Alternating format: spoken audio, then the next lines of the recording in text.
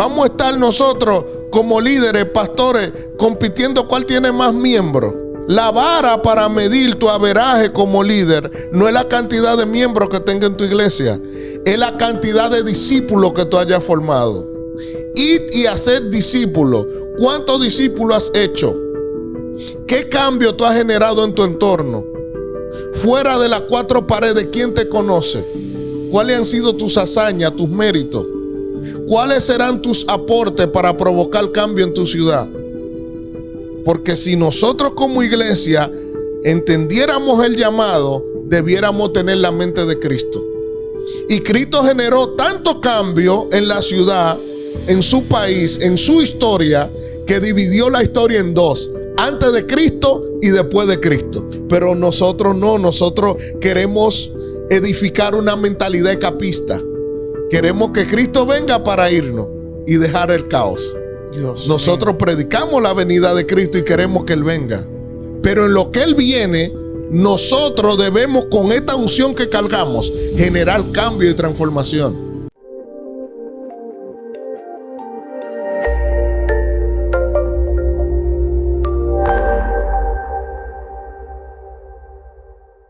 Bendiciones a todos, agradecemos al Señor por su sintonía. Bendiciones, Wander, ¿qué tal estás? Bendiciones, estamos bien, gracias a Dios. Gracias, Maestro Jimmy, por siempre invitarme a lo que es tu programa. Jimmy Peguero, canal de YouTube. Amén. Hoy tenemos un tema muy importante. Queremos hablar de la cosmovisión y citar Marcos capítulo 6, versículo 34, donde dice que Jesús, al ver la multitud, sintió compasión de ella porque la vio como oveja que no tienen pastor. Amén. Yo quiero, Maestro Jimmy, si usted puede, definirnos lo que es, qué es cosmovisión, las palabras en sí. Cosmovisión se define como la forma en que una persona o una cultura percibe y entiende el mundo, incluyendo sus creencias, sus valores, sus principios, sus posiciones sobre la realidad y la vida misma. Eso es cosmovisión. Cosmovisión es como el filtro por la cual yo puedo ver y comprender el entorno a través de mis propias experiencias. Amén. ¿En qué se relaciona la cosmovisión con la iglesia? Bueno, es importante esta pregunta. ¿Por qué? Porque Jesús, al ver la multitud, sintió compasión de ella. Si tú, como hombre de Dios, al ver tu ciudad no sientes nada, estás en serio problema. Porque la Biblia nos llama a tener la mente de Cristo. Si tú analizas el capítulo 2 y 3 de Apocalipsis, hay un mensaje a 7 iglesias en Asia Menor. Aparece el mensaje a Éfeso, a Tiatira, a Esmirna, pero cada una eran ciudades. Escribe el ángel de la iglesia a Éfeso. ¿Por qué relaciona el mensaje con tu ciudad? El Señor no te va a preguntar solo por lo que ocurre dentro de las 4 paredes de tu iglesia, no. El Señor te va a preguntar por tu ciudad, porque tu influencia como líder debe generar cambio y transformación en tu entorno. Entonces, nosotros debemos conocer cuál es el contexto de nuestra nación para ver de qué manera podemos nosotros generar cambio y transformación. Es poderoso eso que usted está diciendo, Maestro Jimmy. En esta época donde se carece de liderazgo, ¿cómo la iglesia podría, en buen dominicano, ponerse los pantalones para comenzar a lidiar con los asuntos que le competen? Porque vivimos en esta nación y esa iglesia está en un sector X y a veces la iglesia no se está destacando, no está haciendo la obra aún en un sector X. Entonces, ¿cómo podemos despertar el pueblo de este sueño que está obstaculizando lo que es el verdadero trabajo de la iglesia? Mira, lo primero es que hay que entender nuestro entorno, nuestro contexto. Número 1, reportes han demostrado que en República Dominicana el 19% de los jóvenes de 14 a 24 años ni estudian ni trabajan. Esto es crítico. Es como decía Nelson Mandela, que una de las alternativas para generar cambio y transformación en una nación es la educación. Entonces, si esto es así, entonces nosotros en República Dominicana tenemos serios problemas. Y algo que me preocupa de la iglesia es que nos estamos entreteniendo, predicándonos unos con otros, cantando 2 coros, batiendo 3 palmas, hablando en lengua, y en la misma calle de nuestras iglesias hay gente postrada, borracho, endrogado, y las cosas no pueden seguir así. No puede ser que dentro de las 4 paredes tú estás botando fuego, botando candela, y en la calle de la iglesia donde tú estás haya una condición paupérrima y el diablo esté riéndose y bailando la chapa. No puede ser. La iglesia fue llamada a provocar cambio y transformación, no solo adentro, sino también afuera. Es simple.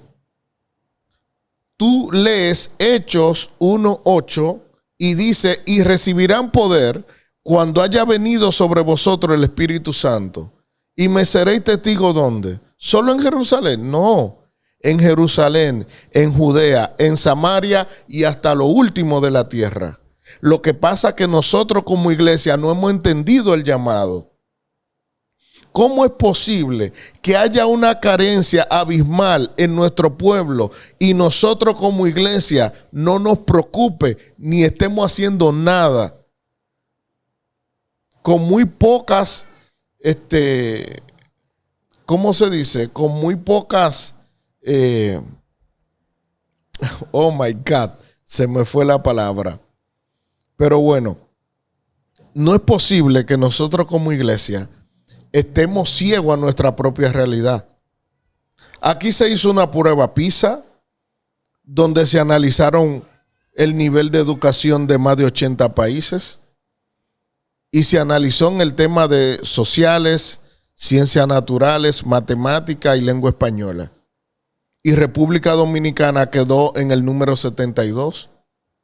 Entonces, ¿cómo es posible que nosotros como nación seamos el país número 8 con la peor educación de Latinoamérica? Y a nosotros no nos interesa eso. Dios mío. Entonces, estamos en serios problemas, Wander. ¿Cómo es posible que un estudiante aquí graduado de bachiller, su nivel académico sea de un sexto grado? Por el amor de Dios. Wow. Entonces, la pregunta es, cuando mueras, en tu lápida, ¿qué van a poner? ¿Qué van a decir en tu lápida? ¿Cuáles han sido tus logros en este país, en tu ciudad? ¿Cuáles han sido tus méritos? ¿Cuál ha sido tu hazaña? ¿Podrá en algún lugar del tiempo la ciudad o el país hacer un reconocimiento póstumo y tu nombre lo tenga una calle de tu ciudad o del país? No, porque pensamos que cantando 2 coros y batiendo 3 palmas las cosas van a cambiar. Y la iglesia, al igual que el primer siglo, sigue negligente. Jesús dijo, id y haced discípulos, enseñándole que guarden todas las cosas que yo le he mandado, bautizándolo en el nombre del Padre, del Hijo y del Espíritu Santo. Y he aquí, yo estaré con vosotros todos los días hasta el fin del mundo. Vamos a estar nosotros como líderes, pastores, compitiendo cuál tiene más miembros. La vara para medir tu averaje como líder no es la cantidad de miembros que tenga en tu iglesia, es la cantidad de discípulos que tú hayas formado. Id y haced discípulos. ¿Cuántos discípulos has hecho? ¿Qué cambio tú has generado en tu entorno? Fuera de las 4 paredes, ¿quién te conoce? ¿Cuáles han sido tus hazañas, tus méritos? ¿Cuáles serán tus aportes para provocar cambio en tu ciudad? Porque si nosotros como iglesia entendiéramos el llamado, debiéramos tener la mente de Cristo. Y Cristo generó tanto cambio en la ciudad, en su país, en su historia, que dividió la historia en 2, antes de Cristo y después de Cristo. Wow. Pero nosotros no, nosotros queremos edificar una mentalidad escapista. Queremos que Cristo venga para irnos y dejar el caos. Nosotros predicamos la venida de Cristo y queremos que Él venga. Pero en lo que Él viene, nosotros debemos, con esta unción que cargamos, generar cambio y transformación. Jesús entró a la sinagoga y tomó la palabra, tomó el libro y dijo: hoy se cumple esta escritura. El Espíritu de Jehová el Señor está sobre mí, por cuanto me ungió Jehová y me ha enviado ¿a qué? A predicar buenas nuevas a los abatidos, a vendar a los quebrantados de corazón. Ahora la pregunta mía es: ¿para qué tú quieres la unción? ¿Para sacudirte dentro de las cuatro paredes y decir que tú fluyes más que el otro? No, eso no genera cambio en nuestra nación. Nosotros como iglesia no podemos seguir entretenida. No podemos seguir entretenida. Tenemos que generar cambios. Nuestro país nos necesita. Nuestro país está carente de líderes. Tú sabes lo que es tú estudiar el contexto de esta nación. Y la inversión en educación es el 2.7% del Producto Interno Bruto, cuando la media en América Latina es de un 5%. A alguien tiene que dolerle esto. Si nosotros no nos identificamos ni nos hacemos consecuentes con la necesidad que tenemos, estamos en serios problemas. Mira, Wander, el presidente número 34 de Estados Unidos, David Eisenhower, él decía que una ciudad que valore más sus placeres y sus privilegios que sus principios y sus valores, en poco tiempo perderá tanto uno como el otro. No podemos seguir apuntando a fiesta, a festejo, a gozo, a baile, a rumba. No. Hay un barco que se está hundiendo lentamente que se llama República Dominicana. Una de las inversiones más bajas en Latinoamérica en educación la tiene República Dominicana. Y no solo eso, sino que el 40 al 45% de la inversión en salud, en educación, está siendo diezmada por los extranjeros haitianos. Esta pequeña isla de 48.400 kilómetros cuadrados, con casi 11 millones de habitantes, casi 5 millones son de los extranjeros haitianos. ¿Qué quiere decir eso? Que si en 20 años las cosas no cambian, nosotros los dominicanos vamos a ser la minoría y vamos a perder nuestra nacionalidad, nuestra patria y nuestro país. Si alguien no le pone un cascabel al gato, si alguien no sale al frente, a la línea de batalla, nosotros, los pastores, los líderes de este país, tenemos que preparar los mejores hombres y a enviarlo a la cámara baja, a la cámara alta, a las diferentes entidades, porque un país no se transforma desde abajo, sino desde arriba. Nosotros tenemos que salir al frente. No podemos siempre quedarnos apáticos, indiferentes y dejar que los impíos y los inconversos nos gobiernen, nos dirijan, diezmen los recursos del Estado, se hagan más millonarios y nosotros nos quedemos mirando desde las gradas diciendo: ay, esto cada vez está peor. No. Dice la palabra: y busqué entre ellos hombre que hiciere vallado y se pusiera en la brecha delante de mí a favor de la tierra, y no lo hallé. Porque hay pocos que quieren ponerse en la línea de batalla. Nuestro país nos necesita. Si nosotros no hacemos algo, Wander, nuestros nietos no van a tener los privilegios que nosotros tuvimos en nuestro propio país. Wow. Nosotros como isla hemos sido invadidos 14 veces. La primera vez en el 1492 por España. Ahí llegó Colón, nos violó nuestras mujeres, se llevó el oro. 1861 volvieron otra vez con un líder traicionero, el presidente Pedro Santana. Hemos sido invadidos por el Reino Unido por Francia 2 veces, por Estados Unidos 2 veces, por Haití 6 veces. Y la última vez por Haití duraron más de 20 años. Y fuimos libertados en el 1844 por vuestros padres de la patria. Entonces la sangre derramada y la vida de esa gente no vale nada. Y nosotros, frente a esa situación, viendo todo y como que nadie ve nada, los cristianos no votan por colores, sino por valores. Yo estuve en Argentina 2015-2016 y yo le pregunté a los pastores, ¿y cómo ustedes permitieron que se colara esa ley de ideología de género que tanto daño hace al pueblo, a la iglesia? ¿Tú sabes qué me dijo uno de los pastores? No había quórum en el Congreso para impedir que esa ley pasara. Increíble. Entonces, ¿qué vamos a esperar aquí en Dominicana? Que pase lo mismo.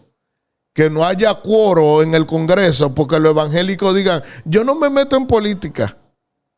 Ah, tú no te metes en política, pero cuando tú quieres el estadio para una campaña, tienes que ponértele de rodillas al alcalde para que te dé el permiso. Tú no te metes en política, pero cuando quieres construir el templo, quieres que ellos te den blocín y cemento. Porque queremos generar una mentalidad esclavista de oveja y no de hijo. Las ovejas no heredan, pero los hijos sí. Wow. Entonces, la tierra anhela ardientemente la manifestación de los hijos de Dios. ¿Dónde están los hijos de Dios? Jesús dijo, id y predicad el evangelio a toda criatura. Eso está en Marcos 16:15. La palabra predicad es la palabra querigma. El querigma era un confidente del rey, en la cual el rey confiaba que el mensaje que él había depositado como responsabilidad en el querigma iba a lograr los objetivos en el lugar donde fue enviado. Entonces Dios ha confiado en nosotros, en una iglesia querigma que predica. La voz de la iglesia tiene que oírse en los colegios, en el Congreso, en los barrios, en las calles. La iglesia está muy callada, Wander. Jesús dijo que una lámpara encendida no se puede poner debajo de la mesa. La iglesia no puede seguir debajo de la mesa. Debe estar arriba para que alumbre a todos. Jesús enseñó que una ciudad asentada sobre un monte no se puede esconder. La iglesia sigue escondida, con miedo, temerosa. Entonces, ¿qué pasa? Los inconversos, los impíos, están diezmando la nación y nosotros mirando desde la grada. Si el porcentaje de cristianos en este país está en un 38, un 42%, la iglesia unida puede generar cambio y transformación, pero es si hay cosmovisión. Porque nadie puede caminar en virtud si no conoce lo bueno. Nadie puede practicar lo bueno si no lo conoce. Entonces esto parte del conocimiento, de la cosmovisión. ¿Qué vamos a hacer para generar cambio en nuestra transformación? Quedarnos quietos, apáticos, indiferentes. ¿Cuál es el sentido del statu quo en nuestra nación? Yo te decía, Wander, detrás de cámara, que el statu quo es un conjunto de normas, prácticas y estructuras que influencian en la toma de decisión de la persona, prescindiendo de patrones existentes. Es decir, el statu quo que se ha manifestado en el área de la política es que el 43% de las personas hábiles para votar no votan. Entonces, si usted no ejerce su derecho al voto, ¿cómo usted puede ejercer cambio, influenciar el cambio, influenciar en la transformación? Decía Desmond Tutu, ganador del Premio Nobel de la Paz 1982, que frente a una opresión, si tú eres neutral, has escogido el lado del opresor. Si tú dices que tú no te metes en política y que tú no votas, tú estás siendo neutral y estás tomando el lado del opresor. Dios mío. O sea, no podemos seguir siendo neutral frente a una situación que el barco de nuestra nación se hunde. No puede ser. Maestro Jimmy, pero aquí, por lo menos en nuestro país, se dice que los cristianos cuando hacen política están prácticamente como en pecado. O sea, la persona lo ve como es mal visto en nuestro país. ¿A qué se debe eso? Eso es falta de conocimiento. Falta de conocimiento. ¿Un cristiano puede participar en política? Es que, hermano, desde épocas inmemorables han habido dos entidades que definen el destino de los pueblos, y es la religión y la política. Entonces, si tú dices o alguien dice que la política es pecado, el que dirige el país es un político. Los 32 senadores de este país son políticos. El alcalde, que es la autoridad más cercana al pueblo, es político. Entonces, los que dirigen todos son del diablo. Entonces, hay que dejarle al diablo la dirección del país, porque unos religiosos no entienden que los cambios no se generan en un país desde abajo, sino desde arriba. ¿Cómo tú puedes poner un ministro de educación que sea competente si tú no te inmiscuyes en la política? No hay manera. ¿Cómo tú logras que una ley perversa que trae maldición a un pueblo no pase en un congreso si ahí no hay gente de Dios? Wow. Se va a hacer lo que el diablo diga. En cualquier situación, en cualquier circunstancia. Entonces, la iglesia no puede seguir debajo de la mesa, porque una lámpara encendida no se pone debajo de la mesa, se pone arriba donde pueda alumbrar a todos. ¿Por qué Jesús viró la mesa de los cambistas en el templo y le dio con un látigo a todos ellos? ¿Por qué? Porque habían convertido la casa de Dios en un mercado. Y Jesús no iba a decir, no, ese problema no es conmigo, yo no me meto en eso. Allá ellos con su negocio, no. Los líderes se identifican con la necesidad de su pueblo. Pero el evangelio se reduce en dos cosas: amar a Dios sobre todas las cosas y a tu prójimo como a ti mismo. La única manera que tú salgas en defensa de tu ciudad es si tú amas a tu pueblo. El tú decir que tú no te metes en política y que tú no te metes en el sistema que rige los aspectos de gobernabilidad sobre tu ciudad y sobre tu país, si tú dices que no te metes en eso, eres antisocial. Wow. Porque un hombre no vive solo en el mundo, es parte de una sociedad. Entonces tú no puedes decirme a mí que tú no te metes en eso. Entonces, ¿a quién tú le vas a predicar? ¿A las vacas, a los caballos? ¿Es a la gente? ¿Y el plan de seguro social, quién es que lo da? Los políticos. El seguro de salud, ¿quién es que lo da? Es de los políticos, del gobierno, del Estado que viene. ¿A quién tú le pagas impuestos cada vez que compras algo y te lo descuentan de los productos que tú compras? Es al Estado. Entonces, un presidente, un senador es un servidor público y tú le pagas con los impuestos. ¿Y cómo tú vas a decir que a ti no te importa cómo maneje los recursos al que tú le pagas? Wow. Hay que ser muy ignorante. La iglesia, los pastores, los líderes, tienen que preparar sus mejores hombres para enviarlo, porque esta ciudad, este país está carente de líderes. Líderes que tengan una visión clara. Por eso Albert Einstein decía que tú no puedes esperar resultados diferentes haciendo la misma cosa. Debe implementar cambios. O sea, tú no puedes esperar que el país mejore solo. Porque es que los grandes cambios y transformación no se hacen solos. Se necesita alguien que lo genere, alguien que lo provoque. Entonces ahí es que salimos tú y yo. Ahí es que se levantan los hombres de visión. Imagínate Daniel en Babilonia. Yo no me voy a meter con Nabucodonosor, ni con Belsasar, ni con Darío. Esas son cosas políticas. No. Él como hombre de Dios tenía una visión, una palabra. Entonces ahora, ¿dónde están los Danieles? ¿Dónde están los hombres de Dios con visión? Que van a sacar del exilio a su pueblo. Wow. Que van a provocar cambios. Que la Biblia dice que cuando el justo gobierna, el pueblo se alegra. Entonces, ¿cuándo es que este pueblo se va a alegrar? ¿Cuándo? Sí, porque si seguimos tímidos y diciendo yo no me voy a meter. Claro que hay que meterse, porque afuera tú no vas a generar cambio. Ahora, el sentido bíblico, ¿cuál es? Lo que Jesús enseñó.